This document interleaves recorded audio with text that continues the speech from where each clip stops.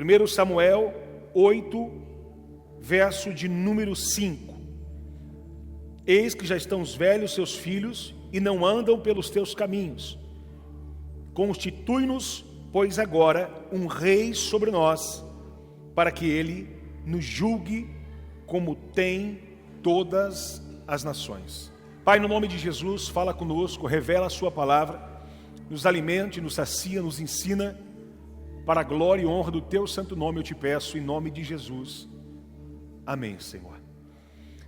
Amados, nesta passagem em que nós estamos meditando, a Bíblia nos mostra os anciãos se encontrando e fazendo uma reunião, pedindo para que pudessem Samuel suceder, levantar um rei sobre eles, para que eles pudessem ter um governo em que correspondesse àquilo que eles acreditassem. Aqui o desafio que eles colocam diante de Samuel é porque os seus filhos não estavam andando segundo os seus costumes. Os seus filhos já não estavam fazendo o que era devido. E então havia uma preocupação imensa no coração deles. E eles clamavam para que eles pudessem ter um rei, para que pudesse os governar. E eles aqui está dizendo, escute, como todas as nações os têm, eu quero que você constitua sobre nós um rei.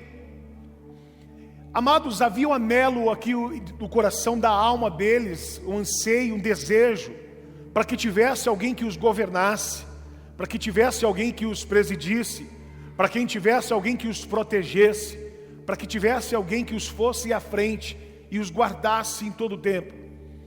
Quando nós ouvimos falar aqui o desejo deste povo, aonde eles se levantaram clamando, porque eles se preocupavam, eles sabiam a necessidade de ter um rei, de ter um governo sobre a vida deles, alguém que os representasse, alguém que os tomasse à frente, alguém que assumisse as responsabilidades.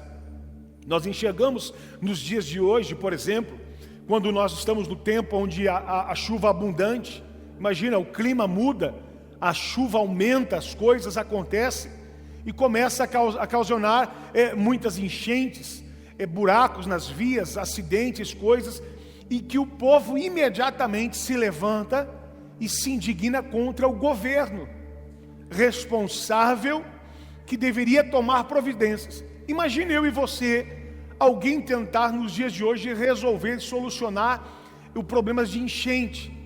Aí o governo se levanta e diz, mas como que eu posso fazer, sendo que o nível de chuva foi aumentado absurdamente? O que podemos fazer, sendo que situações do clima saíram do nosso controle? Nós enxergamos nos dias de hoje, mesmo assim o povo se levantando. Por quê? Aquele que governa, ele é colocado como responsável, não simplesmente para a parte boa, mas para a parte ruim também. Eu lembro muito bem quando fui consagrado pastor, fui ungido pastor, e no dia seguinte, e ainda quando fui deitar no outro dia, já pensando, refletindo a respeito da consagração, confesso a você que para algumas pessoas poderia vir uma grande alegria, dizer, puxa, claro, aquela emoção, mas depois no meu coração começou a surgir uma série de pensamentos e de preocupações. Eu comecei a pensar numa série de coisas e dizer, meu Deus, agora as pessoas, elas vão me cobrar não como alguém que sugere ser um pastor, mas de verdade, alguém que foi ungido pastor, alguém que foi reconhecido diante de autoridades espirituais e eclesiásticas aqui na terra, e que representará o reino de Deus, e que estabelecerá o reino de Deus, através da pregação, através do testemunho, através da conduta. E a Bíblia nos mostra isso. A Bíblia diz que quando nós vamos constituir presbíteros, líderes, sejam homens íntegros, homens retos, homens fiéis à sua esposa, à sua casa, pessoas íntegras que representam, não dado ao vinho, à bebida, que não a confusão, a contenda, a maldições, a coisas que envergonham o evangelho. Por quê? Aquele que assume o presbitério, a responsabilidade sacerdotal, esta pessoa assume a responsabilidade diante de uma sociedade, ela assume um ofício, ela não assume simplesmente uma autoridade imposta pelos homens, mas ela assume um ofício a qual ela vai estar expondo o reino de Deus, e a própria palavra de Deus diz a respeito disso. É interessante que algumas pessoas podem perguntar, pastor pode beber? Esta pergunta, queridos, na Bíblia, algumas pessoas que querem pecar, ou que querem cometer erros, ou que querem ter a vida regalada à bebida, a viver coisas errôneas, ela vai se justificar dizendo: a Bíblia não fala em nenhuma passagem da Bíblia que é proibido beber. E eu digo: é verdade. A Bíblia não fala que é proibido beber, mas a Bíblia não diz para você beber. A mesma Bíblia que não nos proíbe dizer que não pode, é a Bíblia que diz que eu e você devemos se embriagar do Espírito Santo de Deus, que eu e você devemos ser cheios da presença de Deus. Quer dizer, e a Bíblia, quando fala do sacerdócio, ela já diz, anulando a possibilidade que ele seja dado a bebida, que ele não deve beber, que ele deve dar um bom testemunho. Por quê? Porque ele tem que vivenciar uma vida de um ofício de testemunho. Aí eu tiro a responsabilidade pastoral e trago um ofício de uma outra função para você. Eu imagino aqui falando de um outro ofício, por exemplo, de um médico, de um obstetra. Um médico obstetra, ele é responsável por fazer partos. E ele, hoje, pelo menos os que eu conheço, a grande maioria tem o seu telefone ligado 24 horas. O ofício dele de assumir a responsabilidade de ser um obstetra, pode sim alguém atender, sim, no hospital haverá um plantonista, haverá uma outra pessoa, mas a pessoa que se responde por aquela mulher que cuida no pré-natal, quando cuida nos 9 meses, ela é acompanhada por uma médica ou um médico que tem ofício, que aquele homem, imagine que em qualquer momento o telefone dele vai tocar, e que pode tocar ele, chamar ele para fazer um parto, para fazer uma cirurgia, para se responsabilizar não por uma vida, mas por 2, 3, 4, eu não sei quantos no ventre da mãe aqui está carregando.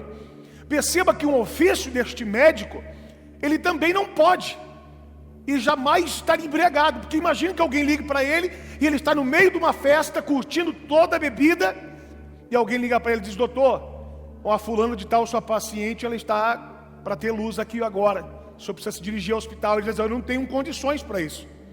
É a mesma coisa você se deparar com um pastor, com um líder. Aí você que não tem a responsabilidade pastoral diz: então eu não tenho ofício algum. Aí cabe a nossa responsabilidade. Paulo diz que se comer carne escandaliza, então não coma. Quer dizer, cada um sabe na verdade o que deve fazer, e daquilo que é interessante para a sua vida, e que de qual ofício você quer carregar, e que marca que você quer ser conhecido pelas pessoas. Tem pessoa que quando alguém vê uma pessoa que é drogada, a pessoa já fala: não, ali é um drogado, ali é um perdido, ali é um bêbado, ali é uma prostituta, ali é uma pessoa desgraçada, quebrada, a vida arrebentada. Quer dizer, a vida dela traz marcas do ofício que ela carrega. O Senhor, Ele levantou os servos de Deus na casa dele, homens e mulheres, para que sejam representantes dos céus na terra. Quando eu e você olhamos para Cristo, qual é o ofício que Ele carrega? De um bêbado? De alguém contendeiro, que traga confusão? Alguém que fala mal dos outros? Alguém que traz maldições para as pessoas? Jesus aponta isso para as pessoas? Não. Jesus disse que eu e você deveríamos ser discípulos de Jesus. Quer dizer, ele já está dizendo quem é o tipo e modelo que você deve seguir. Se eu e você temos que ser discípulos de Jesus, e se Jesus, ele era perfeito, como é que eu e você temos que ser? Se Jesus não era dado a bebida, não bebia, não dava escândalos, como é que eu e você devemos ser? Eu e você temos que ser igual a Jesus, temos que ser miniaturas de Cristo, temos que ser alguém que testemunhe o Evangelho aonde é que nós estejamos. Ah, mas a Bíblia diz, em nenhum momento Deus proíbe. Escute uma coisa, tem coisas que não precisam ser ditas, tem coisas que são coisas absurdas, que não precisam ser nem faladas. Se Jesus, a Bíblia toda, ensina eu e você a ler a Bíblia, meditar na palavra de dia e de noite, seguir Jesus como exemplo, e a Bíblia nos dá todo o parâmetro de uma vida com Deus, e nos mostra que a vida com Deus é uma vida de santidade, eu e você não precisamos perguntar se pode fazer ou não, se devemos fazer ou não. É claro que não, a Bíblia é clara, ela é enfática. O tempo todo Deus nos estimula e Deus nos ensina. Eu e você temos uma vida de santidade. A Bíblia diz em Efésios: não embriagueis do vinho em que a contenda. Mas ele diz: mas enchei-vos do Espírito Santo. Quer dizer, Deus está comparando a embriaguez do mundo, que a contenda, com eu e você sermos completamente embriagados pela presença de Deus, literalmente embriagados. Lembra que no livro de Atos, a Bíblia diz que no dia de Pentecostes, todos olharam para os discípulos e disseram: lá vai o povo, logo cedo estão todos embriagados. Só que a Bíblia diz que o Espírito Santo havia descido sobre todos eles e eles estavam cheios da presença de Deus. E o que significa isso? Que uma pessoa cheia da presença de Deus para o mundo natural é como pessoas loucas, embriagadas, malucas. Só que eu e você estamos completamente conscientes. Na verdade, nós estamos dependendo completamente da presença real de Deus. Apontando para Jesus, eu e você enxergamos um tipo de crente em que o Senhor nos ensina e nos demonstra de verdade o que podemos e o que não podemos fazer. Jesus não diz: olhe para o mundo e veja o exemplo a quem você pode seguir. Olhe para o mundo e se espelhe nele. Não, a Bíblia diz que o mundo é inimigo de Deus. Olhe para o seu irmão e diga: o mundo é inimigo de Deus. Amados, se o mundo é inimigo de Deus, quer dizer que o mundo não é exemplo, não é espelho. Aí eu te pergunto: a prática do mundo é beber? A prática do mundo é se prostituir? A prática do mundo é fazer coisas erradas? A prática do mundo é fazer coisas de contenda, confusão? Claro que é. E a Bíblia diz: as obras da carne são lascívia, prostituição, contenda, gritaria, bebedice. Olha o que Deus está dizendo, o que é obras da carne. Tudo o que Deus abomina. Ele está dizendo: se Deus abomina a obra da carne, se Deus abomina o que o mundo, Deus é inimigo do mundo, Ele está dizendo: não faça isso. Isto não é exemplo para você. Perceba que Deus nos dá um parâmetro de evangelho. Deus nos ensina e nos demonstra para nós de verdade qual a vida que nós devemos viver. E o que significa isso? E o que significa isso? Que nós estamos colocando um governo sobre as nossas vidas, a qual nós não estamos fazendo simplesmente o que nós queremos, mas a ordem em que Ele deixou para nós através do seu testemunho. Jesus diz que eu e você seríamos testemunhas de Cristo, que eu e você haveríamos de dar testemunhos do Evangelho, que quando eu e você fôssemos cheios do Espírito Santo, haveríamos de ser testemunhas vivas, testemunhar de Jesus, tanto em Jerusalém, Judeia, Samaria e até os confins da terra. Quer dizer, vocês vão ser as minhas testemunhas. Por que testemunha? Porque vocês estão olhando para a referência de um governo. Vocês estão aprendendo com quem vocês estão sendo governados. Olha que tremendo.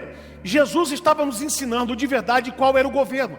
E a prova disso está no livro de Mateus, capítulo 6, verso, quando a Bíblia diz no verso 33, que nós devemos buscar o reino de Deus e a sua justiça, porque todas as demais coisas nos seriam acrescentadas. Buscai em primeiro lugar o reino de Deus e a sua justiça. Olha que tremendo. Buscai primeiro o reino de Deus e a sua justiça, porque todas as demais vão ser acrescentadas. Por que ele estava dizendo isso? Deus está dizendo: eu levantei pessoas, preste atenção no raciocínio onde Deus quer nos levar. Eu levantei pessoas para que olhassem para mim como um rei, como um governante, como um líder, como um protetor, como aquele que guarda, como aquele que assume a responsabilidade.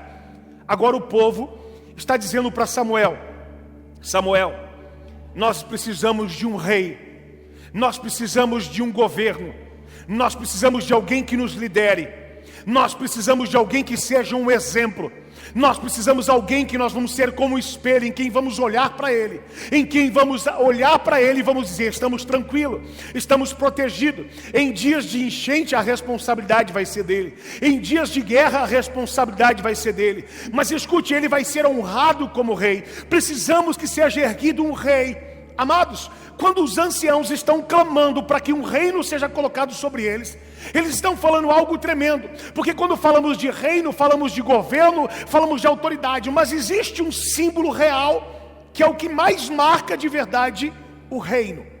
Existe um símbolo que traz a marca de um verdadeiro rei. E que símbolo é este, pastor Rodrigo? O símbolo do rei é o símbolo da sua coroa. Um rei, você identifica ele pela sua coroa. Quando você vê uma coroa, você fala-se de rei, de reino, de governo, de autoridade.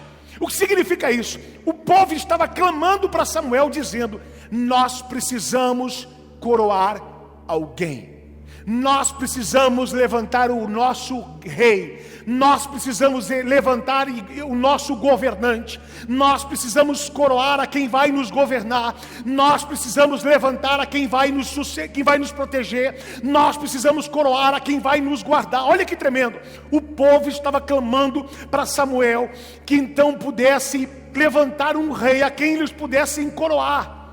Agora escute uma coisa, o Espírito de Deus, ele traz ao meu coração, e eu quero que isso eu e você venha refletir junto nessa noite. Quem é que nós temos coroado? Quem é que nós temos erguido como rei nas nossas vidas? Quem é que nós temos erguido como autoridade sobre as nossas casas? Quem é que nós temos coroado ao longo da nossa vida com o nosso testemunho? Há muitas pessoas que pensam que não, mas de que forma que nós coroamos alguém? Trazendo ela a honra, o reconhecendo ela como autoridade das nossas vidas, o admirando e vendo a ela que ela é autoridade para nos proteger, que ela é autoridade para nos guardar, mas também autoridade para mandar e ditar ordem sobre as nossas vidas. Naturalmente nós enxergamos isso constantemente, todos os dias. Nós estamos coroando situações e ocasiões que na verdade não vão trazer nenhum benefício para nós. Nós enxergamos pessoas coroando o diabo, coroando a sua própria carne, coroando a sua própria vida. O que é isso, pastor? Como assim eu tenho coroado Satanás? Como assim eu tenho coroado o pecado? Como assim eu tenho coroado situações em que que não são de Deus? Nossa atitude manifesta de verdade quem está sendo coroado por nós. Quando eu e você temos um rei, quando eu e você temos um governo, nós manifestamos atitude submissa a essa autoridade. Quando eu e você temos uma liderança, nós manifestamos o tempo todo quem de verdade governa sobre as nossas vidas. Aí eu e você dissemos com as nossas bocas: o meu rei é Jesus Cristo, o meu rei é o Senhor dos senhores, o meu rei é Jesus, o dono do meu carro pertence a Deus, minha família pertence a Deus, minha empresa pertence a Deus. A gente declara através de papéis, através de adesivos, através da nossa própria boca, mas de verdade nós coroamos ao Senhor quando a nossa vida o condiz isso. Nós coroamos ao Senhor quando a nossa vida reflete isso. Olha que tremendo. Quantas vezes Deus nos deu ordem para fazermos algo, para obedecermos a sua voz, para fazer aquilo que Ele ordenou para nós fazermos, quando na verdade nós falamos: Senhor, do nosso coração, sem questionar, eu não vou fazer isso não, eu não quero fazer isso, eu não desejo assim. Quer dizer, você tira o governo do Senhor e traz o governo, a coroa sobre a sua cabeça. A decisão é sua, é você quem está governando, é você quem está liderando, é você quem está conduzindo. Há quantas pessoas na sua casa quem governa não é Jesus? A coroa está colocada na sua cabeça. As decisões são suas, as vontades são suas, o seu querer, o seu prazer, o seu desejo, aquilo que você quer, aquilo que você não quer, mas na nossa boca nós dissemos: quem governa aqui é Jesus. Todos os dias, as nossas ações práticas demonstram de verdade quem é que nós estamos coroando, em quem nós estamos depositando a nossa coroa, porque o povo reconhece o rei. Quando Davi foi erguido o rei, o povo olhou para Davi e para Saul e disse: Saul matou milhares, mas Davi matou 10 milhares. O povo reconheceu que Davi era melhor que Saul. O povo estava anelando: cadê o nosso rei? Todas as nações têm um rei. Samuel, precisamos de alguém que nos governe. Samuel, precisamos de alguém que venha nos suceder, que venha nos representar, que venha nos proteger, que venha nos livrar, que venha nos guardar, que venha à nossa frente. Amados, às vezes na hora da angústia, do peso, do desespero, nós lembramos de Deus, mas no momento do prazer, é nós que regemos a nossa casa. Lembra que eu disse a você, quando eu fui ungido a pastor, fui consagrado no dia seguinte, tudo aquele turbilhão de coisas, eu comecei a pensar na responsabilidade do ofício a qual eu tinha recebido. Isso não foi só aquele dia, todos os dias, em que coisas que eu queria fazer, em vontades que eu tinha de fazer, e que tenho muitas vezes, mas não faço porque eu carrego um ofício sobre a minha vida. As pessoas pensam que conversão é não ter mais vontade. As pessoas pensam que conversão é não ter mais desejo. As pessoas pensam que conversão é não sentir mais prazer. Eu digo para você, conversão não é isso. A palavra conversão é convergir, é mudar o caminho a qual você queria ir para voltar à direção certa. Quando você erra um caminho, indo para a praia, e você pega um caminho errado, você fala, puxa, eu errei, peguei na rua errada. Aí você vai procurar uma próxima conversão, para que você possa voltar para o caminho certo. Há muitas pessoas não têm se convertido porque têm andado em caminhos errados. Mas o Senhor está dando opção de conversões hoje, dizendo, volta para o caminho certo, porque eu sou a tua direção. Eu sou o teu condutor. Perceba, queridos, que eu e você muitas vezes estamos andando segundo as nossas vontades. Estamos andando segundo o nosso querer e que dizemos que o Senhor Jesus que governa as nossas vidas. Mas quando na verdade nós estamos coroando ao diabo, coroando a nós mesmos, estamos arrancando a coroa de Jesus. Há uma tristeza no coração do Senhor quando Ele quer fazer algo por nós e Ele está impossibilitado de fazer. Porque quando eu e você tiramos a coroa de Jesus, nós tiramos dele o poder de Ele governar as nossas vidas. Nós tiramos dele o poder de Ele proteger as nossas vidas. Só que a pessoa que pensa, puxa vida, ele é rei, ele é pastor, ele é líder, o cara se acha. Só que a pessoa esquece que aquele que tem a responsabilidade de governar e é reconhecido como governo, por exemplo, vamos falar de um governador, de um presidente de um país. Eu acabei de dizer para você, ele é honrado, o presidente está chegando, ele tem guardas, ele tem segurança particular, ele tem os benefícios. Mas quando a tempestade vem sobre a terra, todos olham e dizem, governador, por que estamos em enchente? A responsabilidade é sua. Quando o país vai estar em guerra, a responsabilidade é de quem é o representante, é o governante, é do líder. Quer dizer, nós só pensamos no governo na responsabilidade boa, esquecemos que ela também assume o ofício do peso, da responsabilidade. Há muitas pessoas que falam, eu quero liderar, eu quero ser líder, mas ela quer ser líder de multidões e coisas prontas.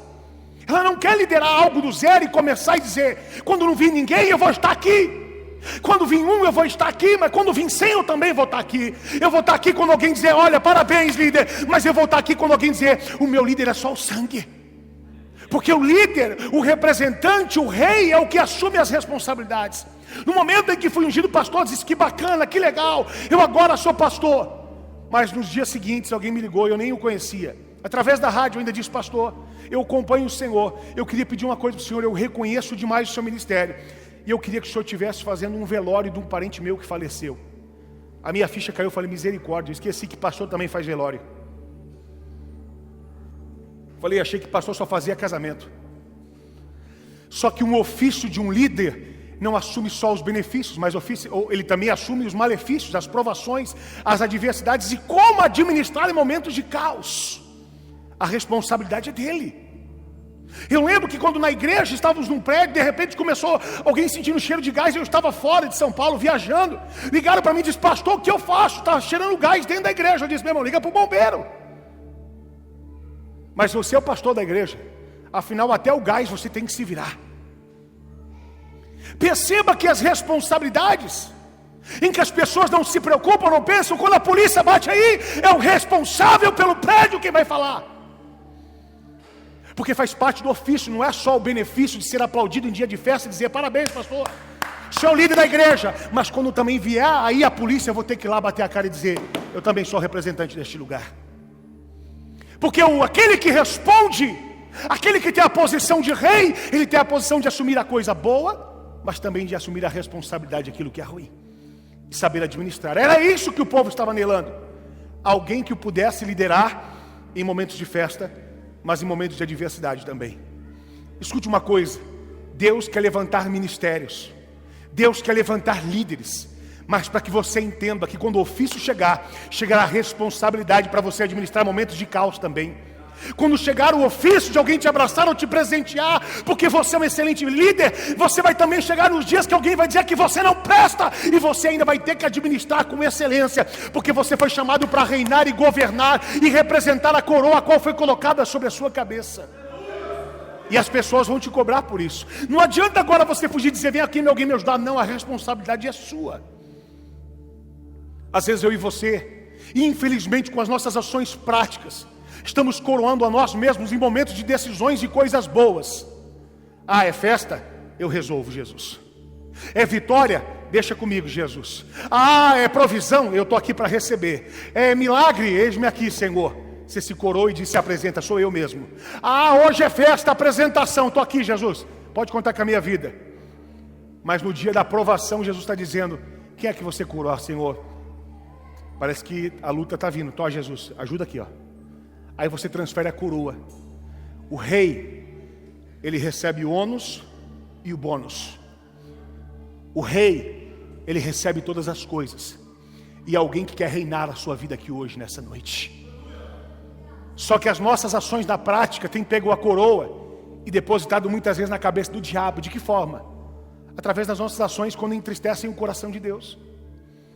Coisas que Deus queria que nós fizéssemos e nós fazemos o contrário. É como se nós tirássemos a coroa do nosso rei Jesus e dissesse: não, aqui o Senhor não vai reinar não, aqui vai ser o diabo. Porque quando você faz algo que desagrada o coração de Deus, você está agradando a Satanás. Quando você faz algo que desagrada o coração do Senhor, você está elogiando ao diabo. Ah, não tem problema fazer isso aqui não. Qual o problema de ouvir essa música do mundo? É uma música bonita, não tem problema. Tem problema sim. Porque essa coroa tem dono. Essa coroa tem dono. E as nossas ações têm que ser prática. Quando eu e você enxergarmos de verdade quem nós temos colocado como rei sobre as nossas casas. Quem é que governa na sua casa? Em quem está a coroa na sua casa? Em quem está a coroa no seu casamento? Em quem está a coroa no seu ministério? Em quem está a coroa em quem você tem depositado? O Senhor hoje, Ele espera que eu e você o reconheça como rei, mas só no momento de prova não. Ele quer ser rei no momento de vitória na sua vida. Nós temos procurado o Senhor quando estamos no vale, mas quando estamos no monte, nós esquecemos de buscar aquele que deveríamos ser honrado. Quando está tudo certo, nós reconhecemos ao Senhor: não, Senhor, agora não precisa, deixa que aqui está tudo no controle. O Senhor diz ainda: eu quero governar a sua casa quando tiver tudo no controle. Eu quero ainda governar a tua história. Eu quero governar a sua família. Eu quero governar o teu casamento, o seu ministério, o seu trabalho, a tua história. Escute uma coisa: e aonde você andar, as pessoas vão reconhecer que o rei que governa a sua casa, que o rei que governa a sua família, que o rei que governa a sua descendência, que o rei que governa você chama-se Jesus Cristo de Nazaré. Perceba que às vezes nós, com nossas palavras, é fácil dizer: Senhor, Tu és o rei da minha vida. Mas quando na verdade as decisões cabem a nós, nós arrancamos deles o governo, o domínio, a direção e assumimos toda a responsabilidade. Porque nós o queremos. Mas o Senhor, Ele quer controlar a sua vida e a minha por completo. Chegou o tempo de, como povo, os anciãos estavam clamando por um rei. Eu vou dizer para você em nome de Jesus Cristo: um povo sem reino é um povo sem governo. Um povo sem governo é um povo sem cobertura, sem proteção, sem liderança. É um povo sem direção. Um povo sem provisão. Um povo sem que alguém se apresente para intervir, para entrar à sua frente, para te guardar. Há um louvor que diz: coroamos a Ti, ó Rei Jesus. Chegou o tempo de eu e você coroar a quem tem que ser coroado, não com a nossa boca apenas, mas com a nossa prática vivida todos os dias para a glória de Jesus. Quando você enche a cara, você acha que você está coroando a quem? Quando você assiste algo que não é de Deus, você acha que você está coroando a quem? É quem você está se prostrando e quem você está reconhecendo como autoridade da sua casa. Quando você está fazendo coisas que traz escândalo, quando você está fazendo coisas que desagradam o coração de Deus, é quem você está erguendo como rei da sua casa. Só que depois você assume as responsabilidades. Se o rei da sua casa é você, assuma até o final. Se o rei da sua casa é o diabo, assuma até o final. Mas se o rei da sua casa é Jesus Cristo, pode deixar que Ele vai assumir tudo por você no seu lugar, em nome de Jesus Cristo. Às vezes nós olhamos para nós, vindo para a igreja, orando, clamando, buscando ao Senhor, temos até a sensação que estamos coroando a Jesus. Mas o Senhor está dizendo, lembra que quando eu e você entregamos a nossa vida a Jesus, nós demos a nossa vida toda para Ele. Nós entregamos por completo a nossa história para Ele. Entregar a vida para Jesus não é você segurar nela uma parte e dizer, Senhor, obrigado. Olha, deixa que nessa situação eu resolvo. Não, você tem alguém que dá a direção para você, você tem um governo sobre a sua casa. Como assim, pastor? Você vai comprar alguma coisa, tu vai consultar quem governa as tuas finanças. Tu vai tomar uma atitude, tu vai consultar aquele que governa a tua vida sentimental. Tu vai viver um relacionamento, tu vai consultar aquele que governa na sua área sentimental. Tu vai viver um emprego, tu vai consultar quem governa a sua vida financeira. Escute uma coisa, não existe dois governos sobre as nossas vidas. Ou és quente, ou és frio. Ou és de Deus, ou não é de Deus. Ou és luz, ou és trevas. O Senhor não divide o governo dele. Chegou um tempo de eu e você entender que a entrega e que a coroa, quem vai escolher o nosso rei é nós mesmos. São as nossas ações. Senhor, a nossa oração, cuide dos meus filhos, cuide do meu casamento, cuide das minhas finanças, cuide da minha família. É uma oração muito bonita, mas a oração ela é movida de ação prática. Quem é que governa os seus filhos? Quem é o rei? Quem é que governa o seu casamento? Quem é o rei? Você hoje, nós vamos escolher em quem nós vamos depositar a nossa coroa. É nós que vamos erguer e escolher o rei em quem nós queremos, em quem nós vamos querer erguer aqui hoje. Não só aqui nesse culto, mas todos os dias da nossa vida. Chegou um tempo de eu e você decidir diante do altar de Deus quem é que governa, quem é que assume, quem vai à nossa frente, quem nos protege, quem nos guarda, mas também quem recebe toda a honra e toda a glória. Perceba que clamar a um rei em momentos de desespero é pedir o seu livramento, a sua intervenção. Mas se esquecer de dar a Ele a glória, é como transferirmos a glória dEle para nós, dizer, Senhor, agora está tudo certo. Eu quero que você feche os seus olhos em nome de Jesus Cristo. Eu quero que você curve a sua cabeça. Eu quero que você compreenda esta mensagem hoje. O que Deus quer que eu e você façamos é que eu e você levantemos na nossa vida de verdade quem vai nos governar, em quem nós vamos depositar a coroa que nos foi colocada. Você escolhe. Você vai continuar governando a sua vida? Você vai continuar conduzindo a tua história? Você vai continuar conduzindo as decisões? Ou existe um governo na sua vida? Porque se existe um governo, Ele vai dar a direção para você hoje aqui. Se existe um rei em que você serve, se existe um rei na sua casa, Ele não vai deixar você sem direção. Ele não vai deixar você sem direção. Há um rei que diz, eu quero conduzir você em tempos de guerra. Eu quero conduzir você em tempos de bonança. Eu quero conduzir você em tempos bons. Eu quero conduzir você em tempos maus. Eu quero conduzir você em qualquer momento. Eu quero governar a tua história em todo tempo. Eu quero ser o rei da tua casa. Eu quero ser o rei da tua família. Mas todos os dias eu e você somos levados a uma sedução maligna, para que eu e você, em momentos de decisões, esquecemos que nós clamamos por ter um governo, mas nós não pedimos a orientação dele. É nós mesmos que orientamos, é nós mesmos que damos a orientação, é nós mesmos quem decidimos para onde vamos. E é nesse momento em que nós perdemos a direção. Porque no momento que você tem um rei, você não vai agir mais, é Ele que vai agir por você. No momento que você tem um governo, você não vai governar mais, é Ele que vai governar por você. Sabe o que Ele está dizendo para mim e para você nessa noite? Qual é a crise que você está vivendo? Não adianta você se apressar em fazer algo. Enquanto eu não der a direção, não faça. Enquanto eu não falar, não faça. Enquanto eu não dirigir, não faça.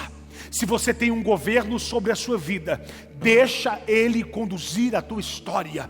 Deixa Ele conduzir a tua vida por completo. Deixa Ele conduzir o seu sentimento. Deixa Ele conduzir o teu espírito. Deixa Ele conduzir o seu ministério. Deixa Ele conduzir a sua casa. Deixa Ele conduzir a sua família. Deixa Ele conduzir os teus passos. Ele vai dar a direção para você.